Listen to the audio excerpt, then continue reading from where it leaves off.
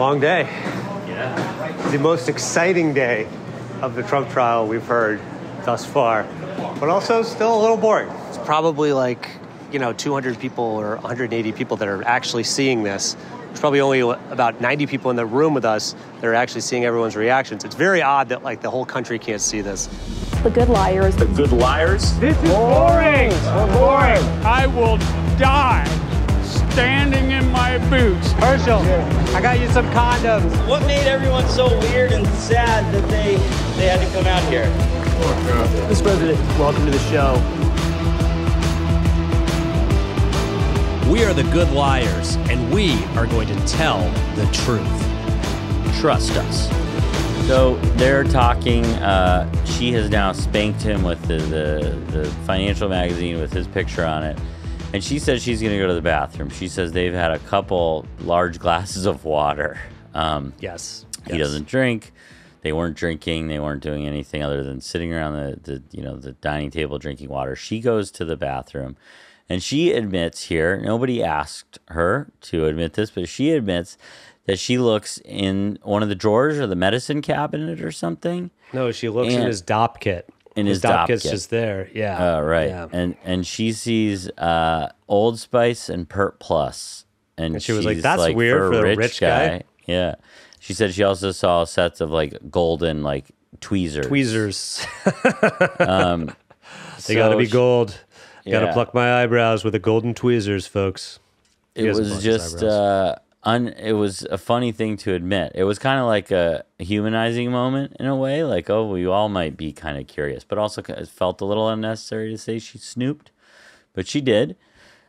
And then this is the big, not the big moment, but just kind of where things turned that night. She leaves the bathroom, and Trump is now in boxers and an undershirt laying on the bed, presumably intending to be seductive in some way.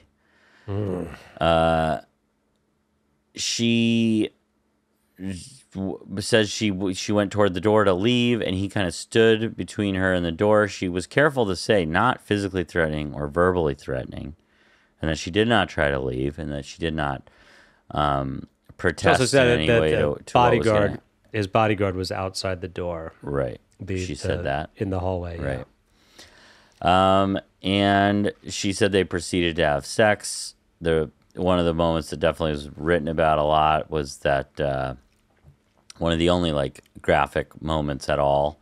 They were able to keep it relatively PG-13, but did he use a condom? No. And then she kind of said something that I guess is a little bit new to her telling of the story, is that they said so what happened, and she said that she kind of blacked it out, but that it did not last very long, and then that she was certainly made it clear that she didn't feel good that it had happened. At one point they asked why didn't you tell him no? She said, because I didn't say anything at all. That stuck with me. I don't know. That was the one line, the way she said it. I was like, oh, that is It makes logical sense to be uncomfortable. It wasn't as if she was saying anything to make him feel that she was having a good time. Right. Right. And so she said she was kind of upset and putting on her clothes and getting out of there as quickly as she could. So the next day, I got to stop you to something. Yeah. Yeah. I was looking through my notes, and you neglected to talk about the most important part of their conversation. Lay it on me. Professional wrestling. She said that she watched wrestling growing up. She's from Louisiana, is that Louisiana, right? yeah. She said it was a big deal there. It's a big deal there. Hey, it's a big deal here in Brooklyn, New York, if you're in my house. And she talked to him about wrestling, about the whole show of wrestling. And then when Trump was trying to put on the charm, this is all her description of it, he said, I could get you on Apprentice. And she would say, I don't know about Apprentice. like if I lose right away, they'll be like, oh, this lady who works in porn like lost right away. And if I win, like you wouldn't let me win because of my background. And he was like, no, it's like wrestling. It's like a show. I could tell you what the challenges are going to be beforehand so you could excel at them. Basically saying he was going to rig his own reality show in her favor in this like complete bullshit thing that he was saying to presumably just try and sleep with her, that she was going to be the apprentice. Story as old as time, it feels like. It's like this rich guy lying to this woman about opportunities he's going to give her. So over the next months and years, as I was kind of saying, there's these series of like face-to-face meetings or calls that he kind of like dangles this apprentice thing over and over again. And it's always like, you know, the first thing he said was that he had the power to make it happen, but she said it was always kind of I've reached out to someone or I haven't reached out to this person yet, just kind of as if it was this like years-long game of like phone tag and just, you know, it'll happen when the right time it comes, but of course it's never happening. Then in 2011, everything seems like it's set off by this In Touch, which is like kind of a tabloid magazine that is going to publish an article about their encounter, which she knows nothing about.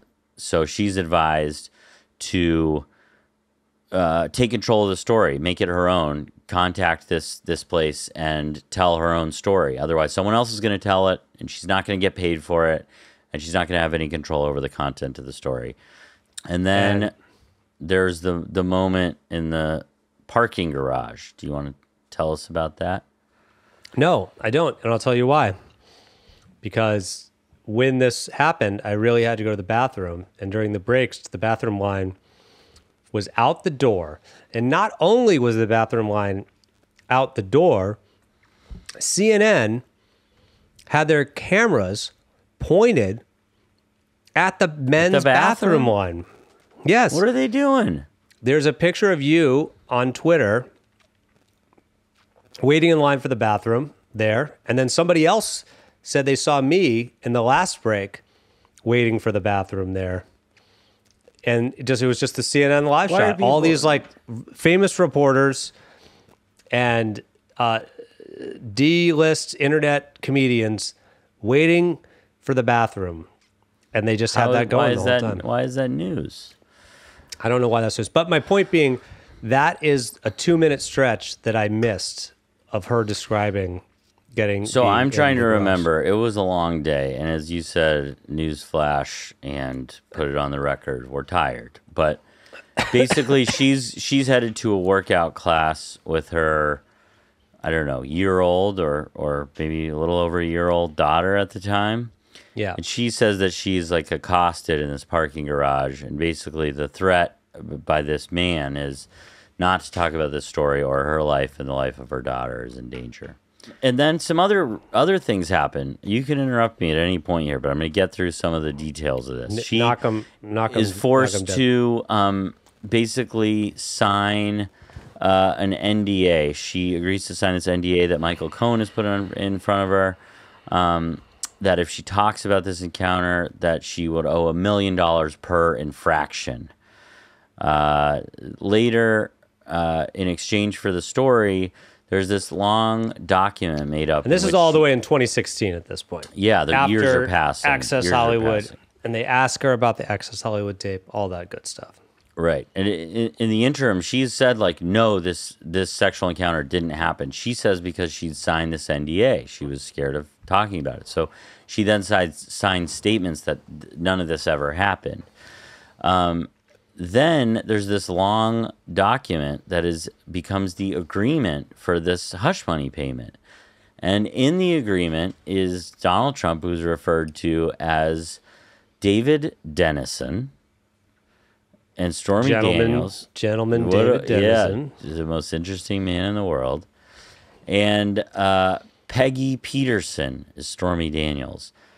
And Peggy Peterson. I mean, it's funny that they had decided they wanted alliteration. They were like, let's make them sound like fake names. Who cares? I keep picturing that Michael Showalter State sketch when he's like a giant blueberry, and he's the bit of the sketch is that he's pitching a show, and he's been like a producer, and they're like, well, I don't know, you're more of a producer, right? You're behind the camera. And he's like, I look like a fucking blueberry. I talk like this. I should be on a kid show. So throughout the next few months, she decides she is going to tell the story leading up to the 2016 election. She decides, at the advice of a lawyer, I think she said it was a lawyer at some point, to tell the story, to get out in front of it, so that she would kind of have the power. Donald Trump was running for president. He would become, if he won, a very powerful person, and that she should tell the story. This lit a fire under Michael Cohen, Trump's fixer lawyer, to create this document that would give Stormy Daniels $130,000 in exchange for not talking about the story. And then what happened? This is like a bombshell. It was lunch. It was lunchtime. We're just out for lunch now, and after when the judge said we're going to do a recess for lunch, Stormy left the stand. She left, and as she's walking past Trump, Trump is staring directly ahead, not making eye contact, and then turns away from her as to not make eye contact with her, almost like literally giving her the cold shoulder, which I thought was kind of telling, that he wouldn't even like look her in the eye. Right. Yeah, I don't know. I was just struck by how like kind of almost like light and comfortable she was for a while. Yeah. And then when things got serious, it did feel like it had affected her in the moment. And then her demeanor changed a little bit. And then, you know, something that I think... She was funny at the beginning. Yeah, she was like funny. She seemed like she was telling... I mean, to me, it seemed like she was telling the truth about everything. But I was totally fine having falafel from a cart, but I ended up...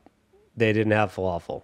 And we knew that we had to get back in there quickly. We didn't want to somehow get left out.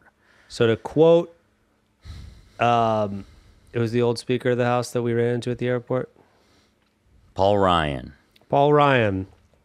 To quote Paul Ryan, we wolfed him down. We wolfed him down. Our sandwiches. And I got to wolf this down and put a plane in 10 minutes. All right. 1, 2, 3. All right. And then felt my hands were so greasy, and the bathroom, there was a giant line to get in. I couldn't get in there to wash my hands until later.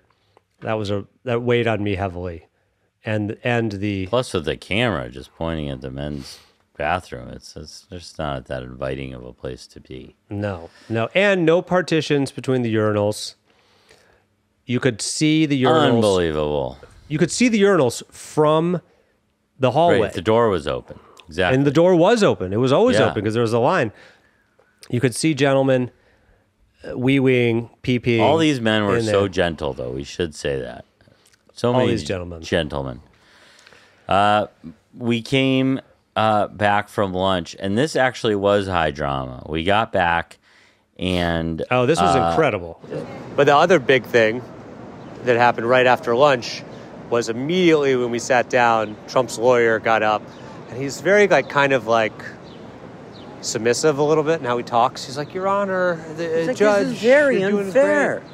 I just can't believe what just happened here. You know, this testimony from Stormy Daniels, and the jury saw this, and I just feel like the bell can't be unrung here.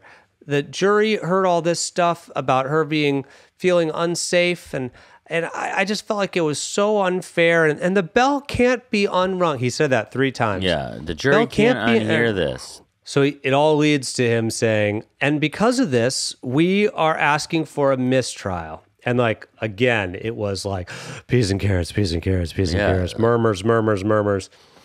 And we got another quiet in the court, quiet in the court.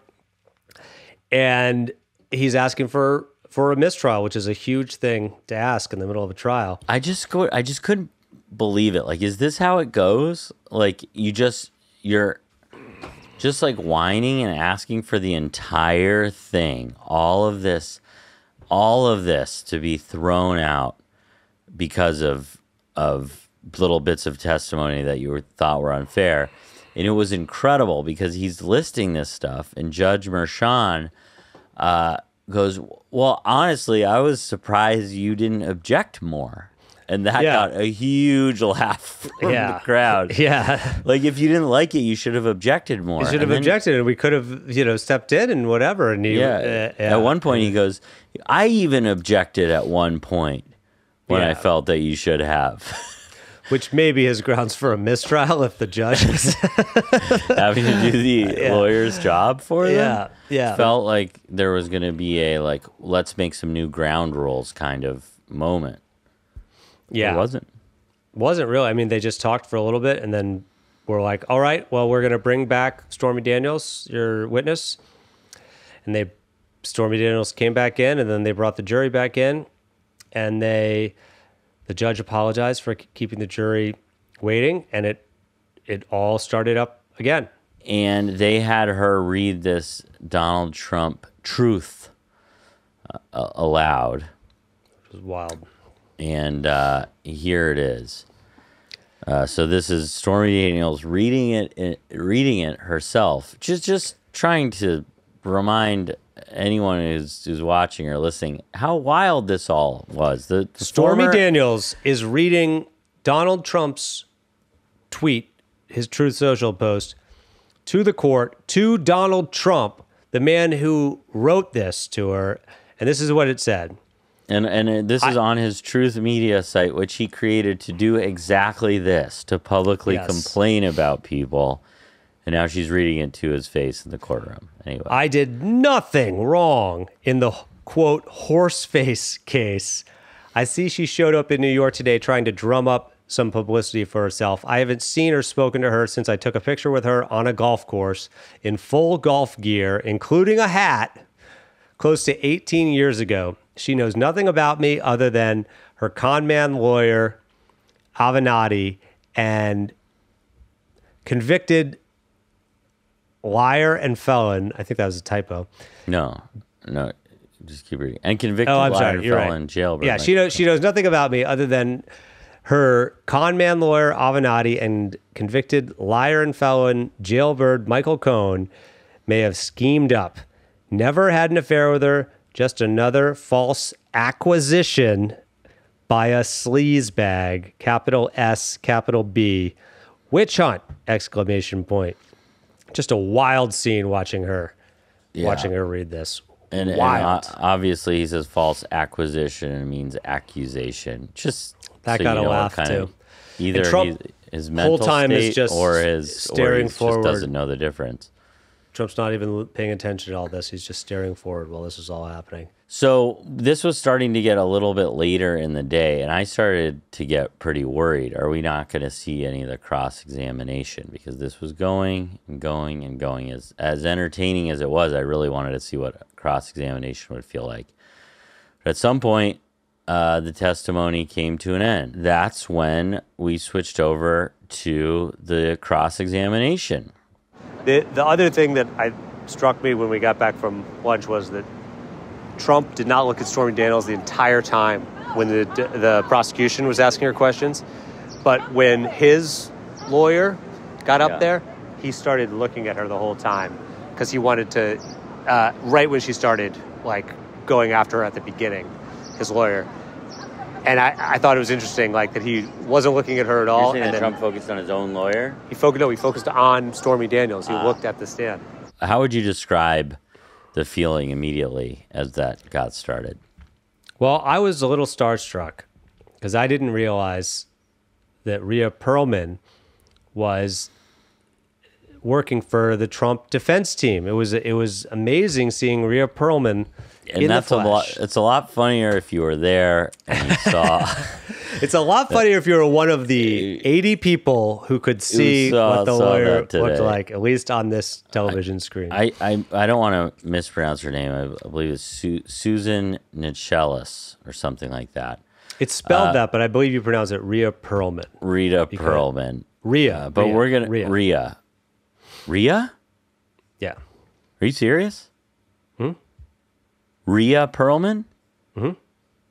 Yeah. Rhea Perlman. All right. I'm going to have to sleep on that. Been saying it wrong for so long, I don't even know. But anyway. I used to think it was Rosie O'Donnell. No. Well, I know. Yeah. But we don't talk to me.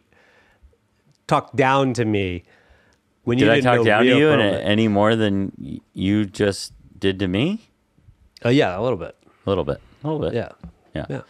Okay, so it's immediately Rhea Perlman is a little bit almost nervous, it seemed like. And Stormy Daniels is so combative right out of the gate. It turned into a really weird pissing contest between her and Trump's lawyer at the end during cross-examination, which was, everything was so petty. Everyone was pissing everywhere. It was incredible. But she was so petty. Like, Stormy, I mean. Stormy is picking these little battles over little wording here and there. Anything that could be a source of friction is, and it's like slogging through the mud to get through questions. Did you feel that was a good strategy, or? Well, I thought it was an interesting strategy, but also just to go on the unintentional comedy of the day. Rhea Perlman also tried to talk about interviews that she did, and she called CNN legal analyst Jeffrey Toobin Jeff Daniels, and twice referred to Gina Rodriguez, Stormy Daniels' talent agent, as Gina Davis. Gina Davis. I remember seeing that, being like, Gina Davis. Gina Davis. That's Jeff Daniels. They're all involved in this. How deep right does now? this go? Right, and it was like how I know these jobs must be really tough, but I have to say that between the whiny guy asking for a mistrial and this lawyer cross-examining Stormy Daniels, it felt like these were not the people. I don't know enough about their background to say if they're like impressive, but it's like they did not seem self-assured. They did not seem over-prepared in any way. And all the while, she was definitely trying to get to these like emotional points of like, she wanted to be saying, so you lied. She wanted to be able to get to the point where she could say, so you lied. Aha. But she could never get out of the gate because Stormy would kind of pick every little battle she possibly could. But you kind of thought that it might not have been the best strategy, right? Watching her up there being so combative about every little detail, it made it so she would answer questions with a no that then turned into a yes. And it looked like she was like changing what she was saying on the stand because her immediate reaction. Do you remember the first exchange of the cross-examination? I'm just remembering this as we're talking about it. Yeah, go ahead. She said, Rhea Perlman said, did you rehearse for this cross-examination? Oh, God, this was brutal. And she said, this was the very beginning. The first thing they're talking about. No. And she says, well, you said that you did like grueling mock trial rehearsals for this cross-examination. No. Well, did you say that? Yes, I said that. Well, what were they if they weren't rehearsals? They were practice. Well, what is practice? Practice is just me getting ready for the trial. Well, is that not a rehearsal?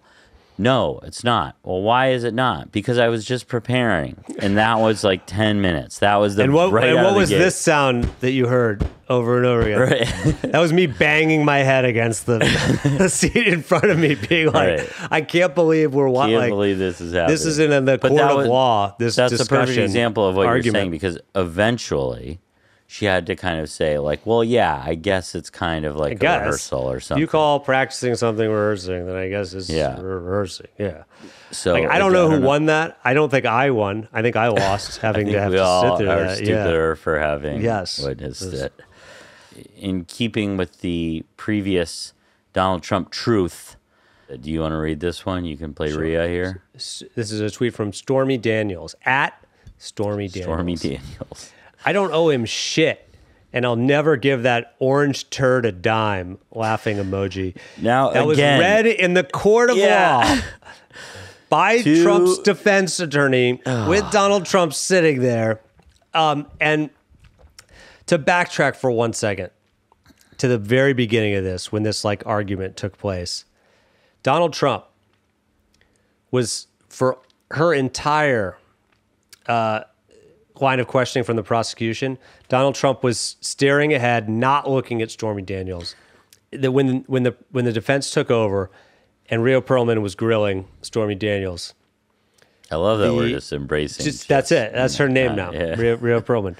When Rhea Perlman was grilling Stormy Daniels, Trump, like right when she started, Trump started looking at Stormy Daniels, not looking ahead, I guess, at the monitor in front of him. He was looking at Stormy herself, maybe at his lawyer as well, being like, I'm watching this to see how this is going. And in my mind, I was like, maybe I was kind of like trying to write some a story behind all this, but that he was like enjoying watching her get grilled on the stand, and he wanted to watch that. But maybe he was just enjoying watching his lawyer do the grilling. But right. It was he wasn't staring ahead. He wasn't looking down like he had been for most of it. He was more engaged. He was more engaged when she was made to feel uncomfortable on the stand. Right. And I thought that was like, it has to mean something. It doesn't seem like a good thing to do. But I want to finish up the testimony. Kind of built to a moment where Rhea Perlman built up to something where she said, you just wanted, all you wanted to do was extort President Trump. And Stormy Daniels screamed, false.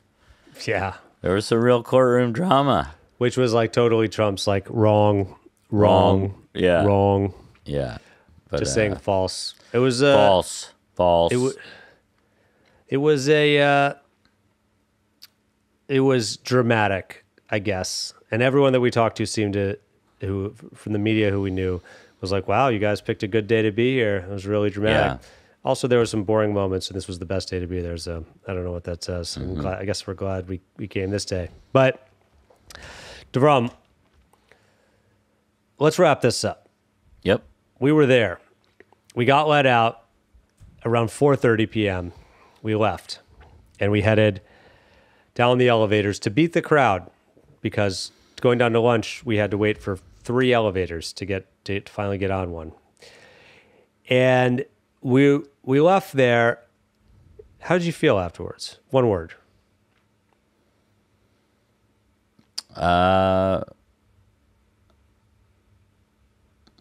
One word? Correct. Curious. I want to know more.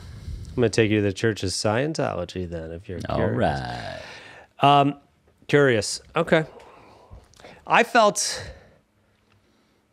hurt from banging my head against the wall by the end of it. I was just like, this is the exact thing I want to get out of the state of the country, of like this combative, like talking through each other. It was so amazing to see it play out. There obviously it was like frustrating, but to see these like kind of raw moments.